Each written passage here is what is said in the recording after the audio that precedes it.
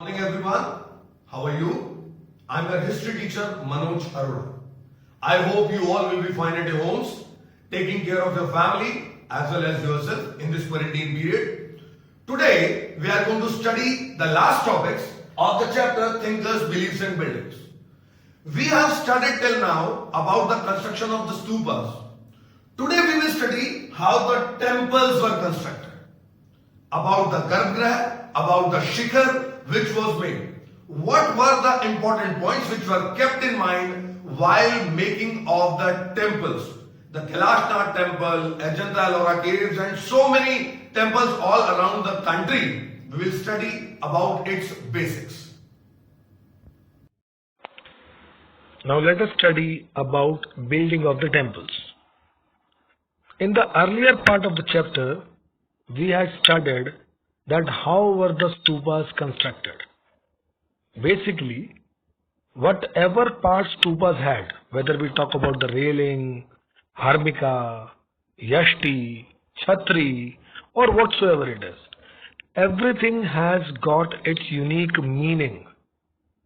Like a tradition to take the round of the mound, keeping it towards your right, which meant it shows the sun's course around the earth. So actually everything had a meaning behind it.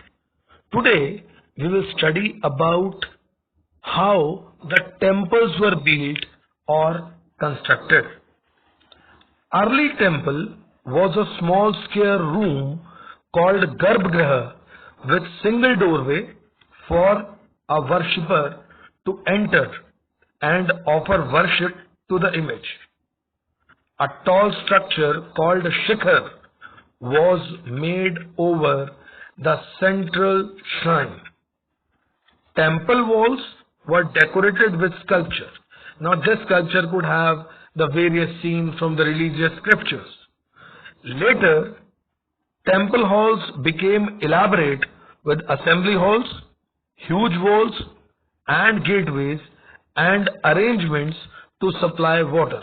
Slowly the temples started taking more and more place and got more elaborated. Some of the old temples were hollowed out of the huge rocks as artificial caves. So there are so many examples where we can see that the temples had been made in different ways. Examples of artificial caves made by Ashoka for the renouncers of Ajivika sect in the 3rd century BCE. Now Kailashnath temple is a very good example of a temple which was carved out of one rock. It was made in around 8th century. These examples show that how the different faiths led to the construction of the temples. Although the temples were there, but every temple had a different way of construction. Now you have studied about the temples. I already told you and I always tell you that in order to understand the sculpture, we have to read the scripture. But many a times, these scriptures only put us in confusion. Like there is a famous sculpture in Mahabalipuram which has a great confusion in the minds of the historians. We will also read about the making of the Buddha's idols in the Mathura style as well as the Greek style, which was better in the eyes of the European scholars. We will study now. Can we see everything? We have seen that much has been destroyed and lost over centuries. Nevertheless, what remains and has been preserved conveys a sense of vision of the artists, sculptors, masons and architects who created these spectacular works. The remains of the stones, architecture, sculpture and the paintings convey the sense of the vision of the artist and the architects. The 19th century European scholars were horrified by the figures with multiple arms and heads or with the combination of human and animal forms. I had explained this earlier also, that if the historians of the West had to understand that why our gods look like that, they have to go through our religious scriptures. Then only they can easily understand the concept. These scholars compared these images with the ancient Greece and found Indian sculpture inferior.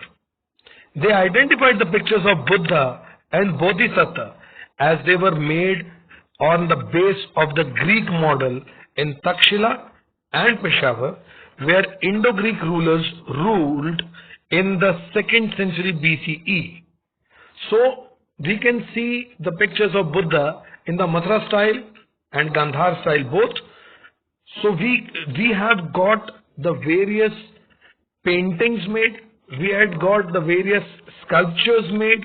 In order to understand these sculptures, we have to read the scripture.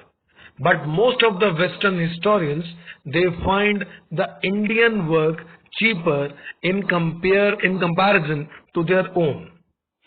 They followed the process of familiar to unfamiliar.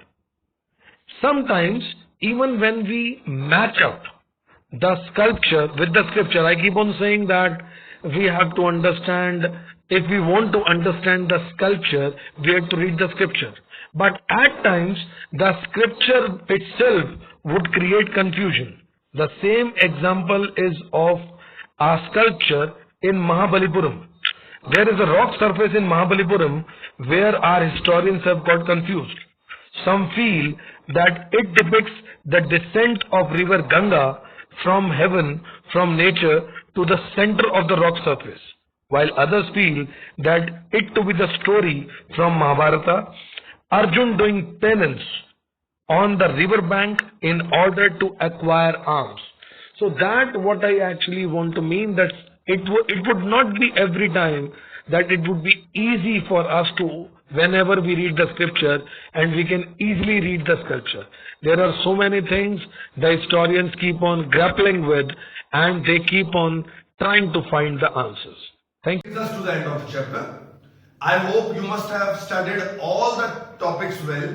You must have understood all the topics well.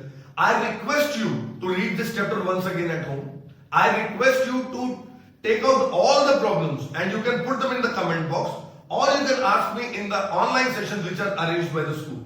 Thank you.